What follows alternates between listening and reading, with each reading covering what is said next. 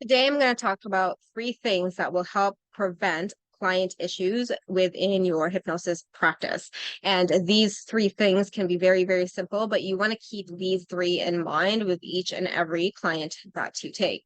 The very first one is having great terms of agreement and a contract in place if you haven't already, and making sure that you review those terms and conditions and that agreement whenever you work with clients, like every few months. Make it like a quarterly thing or something, depending on how many clients you've attracted.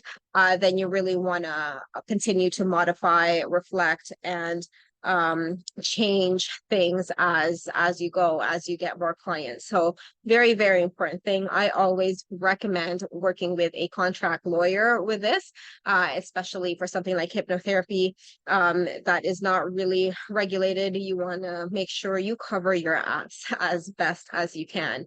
It is a worthy expense and a great peace of mind for you to have this in place. So that is definitely the first thing.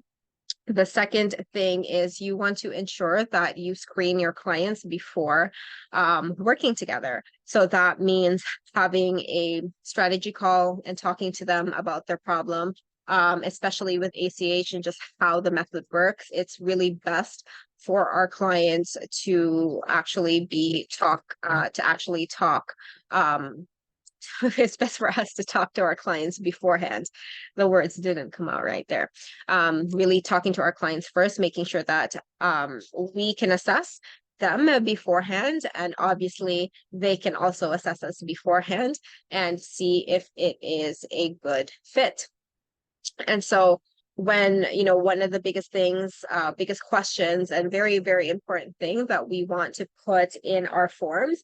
So if they book the call through your site or through a link through your social media, having a question there about their commitments, like how committed are they to the transformation that they're asking for.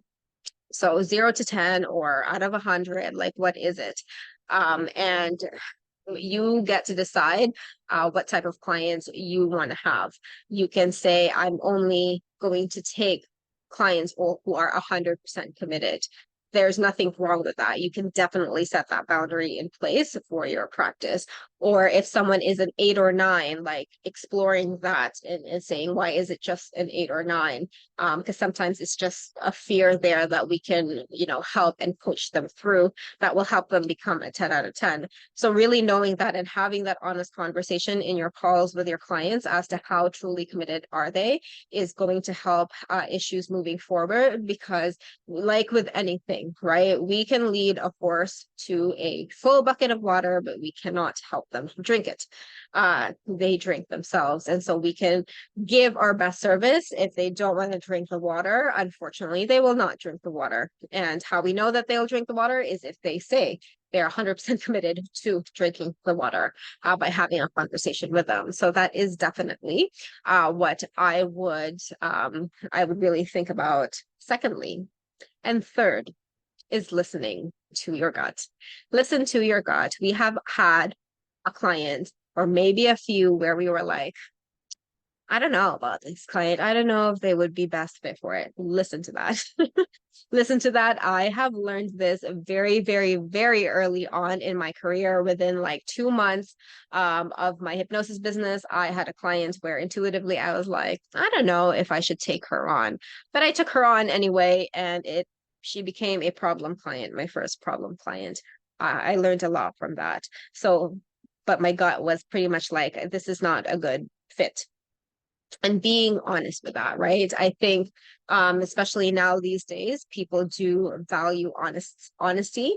And if you are coming from a place that obviously is not discriminatory, if it's more like this is how I personally work as a hypnotist or as a coach, and the support that you require doesn't fit the model as to how I serve the clients, that is a great reason to not take them. And not because, well, this client had black hair and I don't like clients with black hair. Like, obviously that's discriminatory.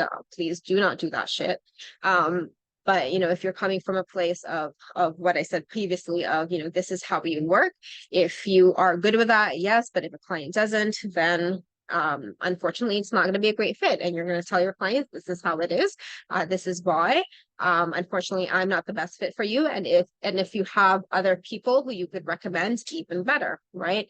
Most clients do appreciate this honesty, and honestly, it's going to save you a lot of headache in a long term.